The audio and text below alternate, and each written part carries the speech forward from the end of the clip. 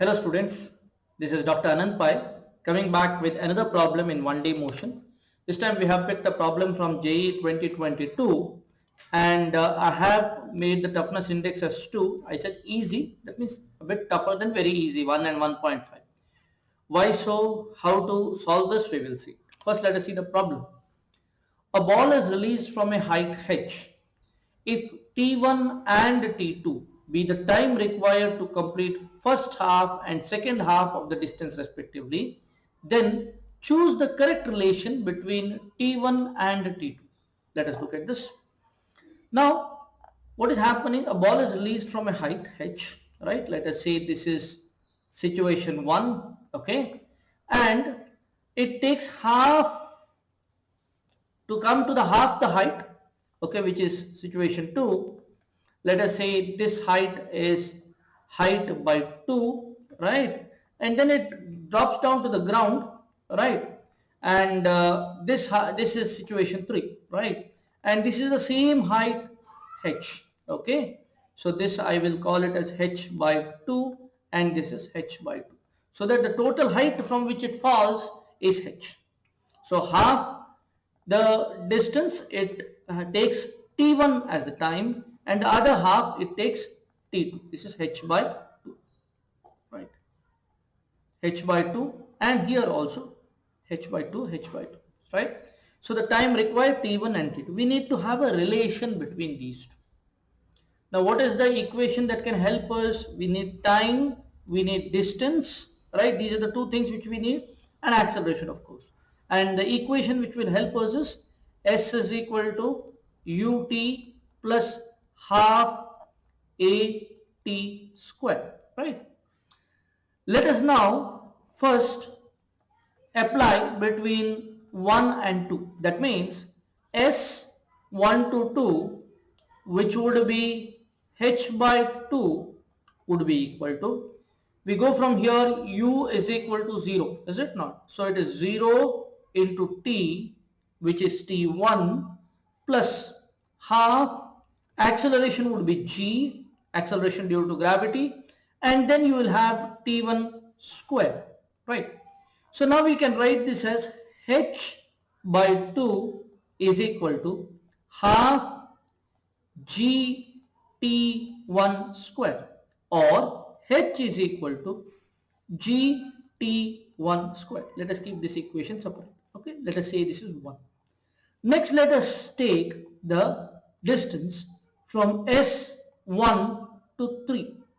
Now this distance from S1 to 3 would be h, and initially you would have the velocity as 0, right, into time t, which is, what is the time required from here to here? That is t, which is t1 plus t2, okay? Or let me write this, okay? So this would be 0 into t1 plus t2 plus half into g into t1 plus t2 the whole square, right? So we will have h is equal to half into g into t1 plus t2 the whole square, right? Now see this equation number 2, compare this equation number 2 with equation number 1. The left hand side is the same, so we can equate the right hand sides. So we'll have g into t1 square is equal to half into g into t1 plus t2 the whole square, or I can say 2g t1 square is equal to g t1 plus t2 square. Let us take the root when you, and let us remove this g, okay, and we will have, this will continue as root 2 into t1 is equal to t1 plus t2 when we take the square root on both the sides. So let us take this t1 on the other side. We will get root 2 into t1 minus t1 is equal to t2, or we will get t2 is equal to root 2 minus 1 into T1.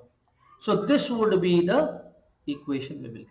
So the answer would be D. Now here, when I solve this one, it is very easy, but there are times when people can get stuck. Suppose some students may attempt between position 1 and position 2, and they may get stuck in solving the quadratic equations. You can test it, okay, between 1 and 2, and you may find it difficult, or you may get stuck in that. So whenever we get stuck in one of the problems, we have to try some other methods. Okay, so instead of going between 1 to 2 and then between 2 to 3, there are some, I initially did that only between 1 to 2 and 2 to 3 and try to find out the common thing, but then I got stuck. Then I went with this particular problem. So always whenever you get stuck in one of the problems, what you have to do is we have to see whether other methods are possible rather than trying to solve it mathematically. Okay, so if you have got stuck in solving this problem, kindly put it on the comments so that I could know what are the various ways in which you got stuck, and it may help others also to not to get stuck in such kind of problems. So I hope you have enjoyed this, students. Happy learning. Wish you all the best. Thank you.